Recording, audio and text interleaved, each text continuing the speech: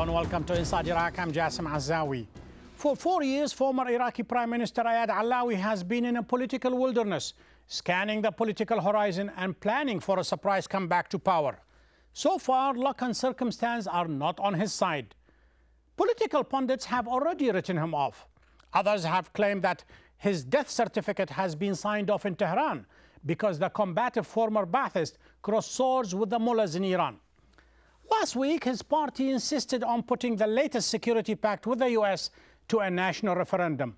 This move may inject fresh blood into his political veins as Iraqis look for nationalist, not sectarian leaders to save the country from the horrors of civil war. As recognized in the UN Security When Council, Iyad Allawi became Iraq's interim prime minister in June 2004, many Iraqis were skeptical. Religious leaders thought he was too secular. The anti-Saddam opposition mistrusted him as an ex-Ba'athist. And the man on the street suspected him of being an American stooge. Tainted by his close association with the Americans, the 63-year-old Allawi was voted out in the December 2005 parliamentary elections. He has since become a vocal critic of Prime Minister Nouri al-Maliki's government. His political coalition, the Iraqi National List, which has 25 seats in parliament, boycotted Maliki's government in August 2007, accusing it of being sectarian and anti-reconciliation. Allawi has expressed grave reservations about the US-Iraq security agreement passed by Parliament recently. The agreement paves the way for all US troops to withdraw from Iraq by the end of 2011. However, despite his reservations, Allawi has decided to support Parliament in endorsing the agreement, possibly as part of a political trade-off. Allawi and other Sunni political factions offered conditional support to al-Maliki and eventually forced the government to agree to a national referendum to be held by July next year. Al-Maliki now faces additional pressure by recent remarks from Iraq's Shia spiritual leader, Ayatollah Sistani, who supports the growing concerns of Allawi and other opposition Shia groups. Allawi, the former interim prime minister with his own coalition, remains an influential figure in Iraq. Someone who can offer an insight into the internal politics surrounding the controversial US-Iraq security agreement. To take a snapshot of the political situation in Iraq, I'm delighted to welcome from London former Iraqi Prime Minister Iyad Allawi. Welcome to Inside Iraq. Dr. Allawi, let us start from the latest development in Iraq, and that is Iraqi Parliament has sanctioned the US-Iraq Security Pact. And your party, yes, the Nationalist Party, made it conditional for your support that it should be put to a referendum sometimes next year. Will a referendum make any difference? Well, we had two conditions, in fact. One was the political reform and the bill for political reforms, and that had been passed in the parliament, although there were some compromises. And the second, of course, was the referendum. The referendum definitely will make sure that the Iraqi people are for or against this, and the continuation of the security pact will depend on the decision of the Iraqi people. And this is what we have achieved. Many political parties, especially prominent leaders, they pretty much criticize the Iraqi government on the way and the mannerism with which this security pact, important as it is, it was negotiated. Words secrecy, words incompetence, words that Iraqi interest was not saved. Were you ever consulted during the period the foreign ministry headed by Hoshyar Zebari were negotiating with the Americans? No, we were never consulted. In fact, we were asked by the Americans rather than the Iraqi government. I thought, and I said it, that the management of this case was quite bad. It was bad management. It did not tally with the will of the Iraqi people, nor why do you suppose that is, Dr. Allawi? Were they hiding something, or were they fearful that you and your colleagues and other political parties might insert something into it and complicates the whole matter? I think it's a sheer mismanagement.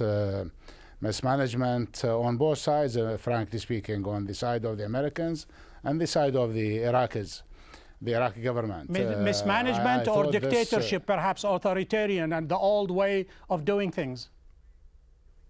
Well, the mismanagement really falls within the view that people wanted to force this agreement without really having it thoroughly discussed.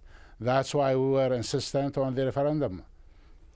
Let me take also one of the latest development. We see a torrent of criticism against al-Maliki, the latest of which is by the Iraqi president, Jalal Talbani. He says what they are called the support councils, Majalis al-Isnad, are unconstitutional. Yes. Al-Maliki should not do them, and he's going to go to the Supreme Court in order to stop them. What lies behind it? Why especially the Kurds are against Majalis al-Isnad or the support councils? I think the whole story of the political process and the whole imbalance in the political process have resulted in a lot of bad symptoms. And this is one of the bad symptoms, that ultimately one have to go to the courts rather than settle things according to the constitution and according to negotiations. There is an imbalanced political process, and this is what we have to face. Let's look what lies behind this, Dr. Allawi.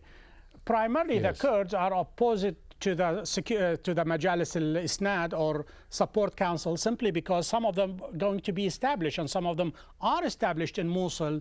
Is it possible that the Kurds, they don't want the Arabs of Mosul and the writ of the Iraqi government to be extended all the way to Mosul, so there will be some sort of a checks and balance between the Arabs and the Kurds? No, Majalis al-Isnad are not really a substitute for the government and the institutions of the government. We don't have the sufficient capable institutions that can fill the vacuum throughout the country. And the problem between Kurdistan and between the central government does not only revolve around the Majalis al-Isnad, but also on various other issues, very important issues, including the hydrocarbon. It could be a powder keg, isn't it, Dr. Allawi? No, it can be, but the relationship should be much better balanced. It should be focused on constitutional issues, and there should be a continuous dialogue between the central government and the regional government. Let me stop you here for just a second, Dr. Allawi, if I may. Yeah. We saw a glimpse of a potential conflagration between Baghdad and Erbil. It happened in Diyala, it happened in the city of Khanaqin when the Peshmerga and the Iraqi security forces stood eyeball to eyeball, and war was going just, to break out if it wasn't for the Iraqi government to pulling back, and perhaps even Raya Cracker, the US ambassador, negotiated some sort of a deal. But the problem is still there. The fuse has not been removed from that bomb. No. That's why I say the political process is quite skewed. It's not right. It's not balanced. And secondly, I don't think the Constitution talks about all the problems and solve all the problems. I think the Constitution should be dealt with. It should be rediscussed. And there are a lot of points that should be rediscussed in the Constitution. Otherwise, without this, we are going to continue to see these skirmishes which might blow out of proportion ultimately. You are talking about to resort to constitution and to the law and to negotiations. Yes. You are sitting and the Westminster is behind you. You're talking as a Western politician. While in fact, in reality, in Iraq since 2003, the most deciding factor is a brutal force. We saw that in Fallujah when you were Prime Minister. We saw that in Basra when al-Maliki pretty much gave Muqtada al-Sadr a big drubbing. We saw that against al-Qaeda. Brute force is actually what is happening in Iraq, isn't it? That's what it is, unfortunately, but that's why we were adamant that there should be a political reform bill passed through the parliament. We also sought, and I can say it now for the first time, we sought a clarification from the United States on what is meant by certain items in the agreement, in the security agreement, which we have now already, and the views that have been expressed by the United States in official letters to me and probably to others do differ from some of the points that the government interpret things in Iraq. That's why it is very important to balance things out, to do these political reforms and to put things behind us and move in a democratic way forward. Otherwise, the only substitute is going to be force and violence, and this is what we are witnessing now. We'll take a short break now. Stay with us. The majority of Parliament voted for the agreement, but more than a few people in Parliament rejected it. So we say Iraqi people will be the judge to agree or to reject through the referendum in the middle of next year. Ahmed Al-Safi Al-Najafi, spokesperson of Ayatollah Al-Sistani.